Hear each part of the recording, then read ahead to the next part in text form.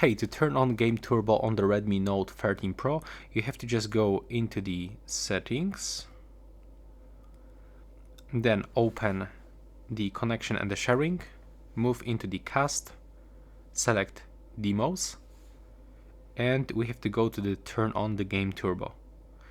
Now we'll actually get this Game Space application. We have to just wait until it will be turned on. Okay, looks like something is wrong with mine.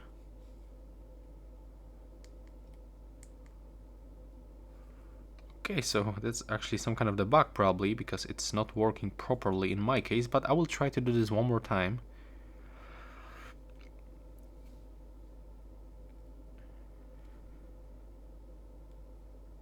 Let's try to do this.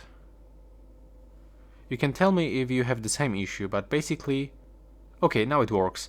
So we have to click here on the settings, and now with this switcher, we can quickly turn on the Game Turbo on this device. And that's how it looks. Right now, please subscribe to my channel and see you in the next one.